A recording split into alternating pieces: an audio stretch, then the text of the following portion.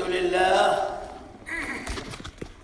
نحمده ونستعينه ونستغفره ونؤمن به ونتوكل عليه ونشهد أن لا إله إلا الله وحده لا شريك له ونشهد أن سيدنا ونبينا محمدا عبده ورسوله أرسله الله تعالى بالحق بشيرا ونذيرا وداعيا إلى الله بإذنه وسراجا منيرا والذي بلغ الرسالة وأدى الأمانة ونصح الأمة وكشف الغمة ومحى الظلم وجاهد في الله حق جهاده حتى أتاه اليقين صلوات الله وسلامه عليه وعلى آله وصحبه ومن تبعهم بإحسان إلى يوم الدين. أيها الإخوة المؤمنون وحدوا الله فإن التوحيد رأس الطاعات واتقوا الله فإن التقوى ملاك الحسنات وعليكم بالسنة فإن السنة تهدي إلى الإطاعة ومن يطع الله ورسوله فقد رشد واهتدى وإياكم والبدعة فإن البدعة تهدي إلى المعصية ومن يعص الله ورسوله فقد ضل وغوى وعليكم بالإحسان فإن الله يحب المحسنين. قال الله تبارك وتعالى بعد أعوذ بالله من الشيطان الرجيم بسم الله الرحمن الرحيم إنما الصدقات للفقراء والمساكين والعاملين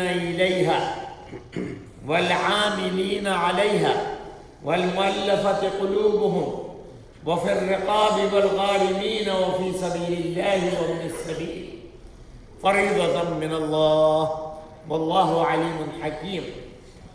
وقال رسول الله صلى الله عليه وسلم لا حسد إلا في اثنتين رجل آتاه الله مالا فسلطه على هلكته في الحق ورجل آتاه الله حكمة فهو يقضي بها ويعلمها رواه البخاري. Respected brothers and sisters in Islam, we started speaking about Zakat last Friday, and inshallah we'll try to complete it today. I have recited verse number 60 of Surah number 9, Surah At-Tawbah, where Allah subhanahu wa ta'ala has explained 8 uses of Zakat. Before I tell them, we need to understand some basic fundamental principle. Number 1, Zakah will only be obligatory after the passage of 354 days. That is the Islamic calendar year. And if you have the nisab is 87.5 grams of gold or 525 grams of silver, or the cost of silver. You will decide whether you are a zakatable individual, not by the price of the gold, but by the price of the silver. And that is roughly about $400 to $500. If you have $500 in cash and you had it in your account for 354 days, or you have a portion of cash, some gold and some silver, and they all make up to $400 to $500 cost of the silver, you are, according to Islamic Sharia, a rich person. And when you are a rich person, you have a duty and responsibility to establish the social justice in the community. And to do that, you have to bridge the gap between the poor and the rich by paying 2.5% of your total financial worth. All your gold and silver, all your investment, everything that you own. Now, you have certain bonuses. Bonus number one, you don't have to pay any zakat on your house, no matter how big it is. Furniture, valuables, cars which you are using, no zakat. You have precious stone like diamonds and other kind of stones, no zakat. But once you have completed the basic nisab, which is the particular amount of gold or silver or cash money, then you have to pay the zakat every single 354th day. It's not that. A brother asked me the other day that I don't have to pay any zakat. I said, why? They said, because 5 years ago I paid. Wow, when you pay one time, it's not for the whole life. You know? Did you eat 5 years ago? And after that you did it? You see, it is living expenses for the poor and needy. It buys the food and drink and clothing for the poor and needy. It has to be paid every single year, and not according to the common year of 365 days, no, 354 days, according to Islamic lunar calendar year. Not only that, you have to appoint the day. You know, first time you became eligible to pay zakah, that is your day of paying zakah. Every single year you have to pay on that day after estimating, counting, and if you have jewelry, taking it to a jeweler and finding out the present value. If you say, oh, my grandmother gave me some jewelry and that cost about for $50 in her time, so I have to pay the zakah $50? No. Present value. And the present value of probably that jewelry will be over $2,000 now. So you have to get appraisal of your jewelry, and you have to find out precisely all about your account. And once hawlan al-hawl, which means 354 days pass, you have to give the zakat. Okay, to whom you give the zakat? If you have among your siblings, brothers and sisters, poor people who deserve zakat, then they are number one deserving people. If you pay your zakah anywhere else, it will not be valid. Because the system in Islam is al-aqrab fal-aqrab. The nearest in your blood relationship will be the dearest.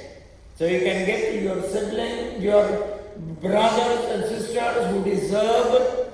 You can give to your uncle, aunts. You can give to your cousins. Starting from the nearest, you move forward to distant relatives. And you get two things. One is, according to Prophet Muhammad sallallahu alayhi wa sallam, that you are paying your zakah. Number two, you are doing silatul arham. You are maintaining the blood relationship by paying and taking care of them. So, if normally you pay zakah, you get one reward of zakah. But if you pay to your own relative, you get double reward. You cannot pay your zakah to your parents. I told you that last time. Parents, grandparents, great-grandparents, no matter how high they go, they are your basic responsibility. You can't pay your zakat to your children, grandchildren, great-grandchildren, no matter how low they go. Ascendants and descendants are your responsibility. You have to take care of them and spend on them from the same money you spend on yourself and on your family. And according to Imam Abu Hanifa, you can't give your zakat to your wife. Some jurists have allowed that, but according to Imam Abu Hanifa, it is not allowed. And all the jewelry which you have, whether you are using or not using, whether it is sitting at home or in the bank, you have to pay zakah. Estimated how many grams you have and 2.5% you have to pay. Any money you have in the bank or in your investment or you have rental properties, you pay zakah minus expenses. See? So, whatever you are getting, you don't have to pay on the equity. You do that only when you sell that property. See? Now, your zakah will not be valid if you don't make the intention. It is extremely important to have the intention before paying zakah. Suppose you were in a fundraising, you paid $500. You came home, you said, let me include it in my zakah. Too late. If you did not intend, then it is too late, you can't do that. Your brother called you, say, on your behalf, I paid $200 in zakah, your zakah. No, that's not allowed. He has to take your approval before paying it. If you have lots of zakat to pay, every single time to make the intention is difficult for you. So the easier solution for you is to make a separate zakah account. Then you don't have to make every time the intention because it is zakah account. Whenever you are paying zakah and your intention is valid for that. Or separate your zakah and put it aside. If you want to spend, say you give a scholarship to some poor student every month, you can give from it. You help a widow or orphan on a monthly basis, you can give from that. There are solutions to all those problems. Any money you have paid without intention will not be counted as a zakah. So make sure you have the intention of paying them. What are the 8 kind of people? And also, as I said last time, zakah cannot be given to the institution. You cannot build a masjid with the zakah. You cannot give it to the masjid unless masjid people are distributing among the poor Muslims. You can't give it to the institution. You can't give it to, Dr. Zakir's TV program, that is an institution. You can't give it to any institution that is not allowed. Tamliq is a condition, meaning when you are paying zakah, you give it to the poor person. Don't make decisions. There was a person who had the zakah money, he called a poor person. He said, "Oh brother, meet me outside the furniture store, I'll buy you some furniture." No, you don't have that authority. Tamliq means you have to make the recipient of zakah the owner of zakah. If you say, "No, I'm spending on your behalf," that zakah is not valid. You are not given that authority. You see? So, make sure. So 8 uses, none of them is an institution. Number 1, lil fuqara. It is a plural of faqir. Faqir is a person who probably have, according to the description of the jurist and fuqaha, who has the enough food for today. That is a faqir. He has nothing else. You can give your zakah. Wal masakin. And miskin is the one who has nothing. Not even food for today. So lil fuqara'i wal masakin. Wal amilina alayha, number 3.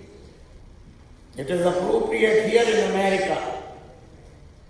No, sorry, wal amilina alayha, collectors of zakah.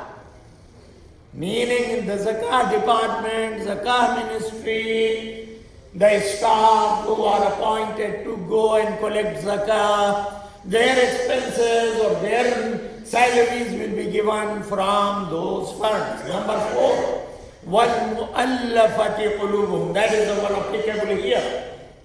What are the مُؤَلَّفَةِ قُلُوبُهُمْ? People whose hearts were recently reconciled to accept the religion of Islam. Converted or reverted Muslims. And in many cases it happens. When a person becomes Muslim, the parents say, "Oh, you turned into a terrorist. Get out of my home. I'm not going to support." They don't like because of the media garbage. So that person loses to live with his parents. He has nowhere to go. He has no expenses. He has nothing. Those are wal mu'allafati qulubuhum. These kind of people, until they stand on their own feet, they will be provided the help from zakah money. Wafir riqab.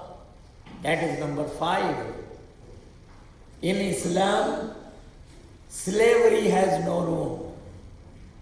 Prophet Muhammad sallallahu alayhi wasallam came to bring the slavery to an end.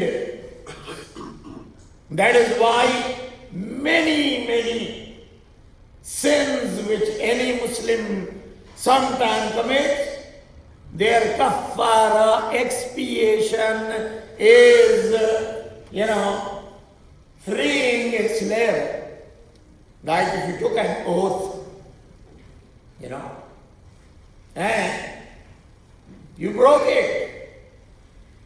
then you have only 3 ways to compensate. Fast for 3 days, or feed 10 poor, or free a slave. So that was the system. You go to Surah number 2, Surah Al-Baqarah, verse number 177. There also Allah subhanahu wa ta'ala mentioned وَفِي الرِّقَابِ, that it is the duty and responsibility of the Muslim Ummah, community of believer everywhere in the world. If anywhere in the world there is slavery existing, the primary responsibility is given to the Muslims to get them freed. See, so here it is one of the uses of Zakat. وَفِي الرِّقَابِ, that you get the people who are slaves, get them free. So you need to collect the money, you need to find anywhere in the world if the slavery exists while we speak, and it continue to exist. On the day of judgment, we Muslims will be held responsible about any continuation of any slavery of any kind at anywhere in the world. Number 6, wal-gharimeen, people who are indebted, who have a lot of loans. We're not talking about mortgage and credit card loan. That is the style of life in America, Australia, Europe, and all the Western countries. See? We're talking about the people in the third world countries. One person earns the living, and he had to feed 15 to 20 people every single month. In most cases, his salary comes to an end by the 15th or 20th day of the month. The remaining days he has to take loans to put the food on the table. He will never be able to repay those debts. Those are wal-gharimeen, indebted people. They are in hardship, they are in conditions where they cannot survive without taking the loans. So your zakat funds can pay for that. وَفِي سَبِيلِ اللَّهِ, and in the causes of Allah subhanahu wa ta'ala. Even this one does not allow to give to the institution. The meaning of that is that if there is a common calamity, if there is a tsunami, if there is an earthquake, and huge number of Muslims are hit, like it was in Turkey a few months ago, in that case, if there are groups of the people who are collecting the money and fulfilling those collective need of the people by collectively buying the blankets, the medicine, and whatever is required in those emergency cases, or when in the Eastern Europe, the civilized Europe started ethnic cleansing, showing that though we may be very civilized, but there are human beings in our countries, we want to cleanse our communities from there. If that happens, or any calamity happens, in today's world, the most civilized and the most educated is the one who suffers with the most racism, most discrimination, most thinking of ethnic cleansing, and so on. Why? Because they chose to focus only في الدنيا. ربنا آتنا في الدنيا وما له في الآخرة من خلاق. They have no share in the hereafter. You want to have share in this world and in the hereafter. Go to Surah Al-Baqarah, Surah number 2, verses 200 and 201. What is recommended by Allah? رَبَّنَا آتِنَا فِي الدُّنْيَا حَسَنَةً وَفِي الْآخِرَةِ حَسَنَةً وَقِنَا عَذَابَ النَّارِ. You want the best of the both worlds. The only way is to follow the divine message the way it was practiced by Prophet Muhammad sallallahu alayhi wa sallam. And number 8 is وَابْنِ السَّبِيلِ. A wayfarer, a traveler. It could be two different cases. A rich person traveling and robbed. He needs money to go back. And that problem is solved in the Western countries by the credit cards. But in the third world, still there are people who don't have credit card. So they will be helped. The other could be a poor person, who is traveling, has no means, and is forced to travel. In his own town, he cannot get a job, so he's traveling to another place. And that person deserves your zakat. All that after you have fulfilled your responsibility of paying the zakat to your blood relatives who deserve it. After that, anybody else will deserve. Otherwise, you'll be held responsible. In your investment, another question frequently asked by the people, that what is allowed to invest in terms of, you are investing in various different ways. Simple answer. What is halal? Investing in it is halal. What is haram? To invest in it is haram. You cannot invest in pornography industry. You cannot invest in showbiz. You cannot invest in, haram things and so on and so forth. So make sure you do not do that. So brothers and sisters in Islam, what you need to remember all the time, that is that you will, if you have to give your zakah money to the institution, it is your duty, not the duty of the institution, your duty to find out if that institution is going to pay that zakah money to the poor and needy families. If it is not, then your responsibility to find yourself and pay to them. What I have read, let me conclude. Prophet ﷺ said, two kinds of people you can envy. A rich person who is guided by Allah to spend his money in good and true causes of Allah subhanahu wa ta'ala, you should envy that person. The second person, Allah gave the wisdom, and that person is helping people with this wisdom and teaching them the wisdom. You should be like that person.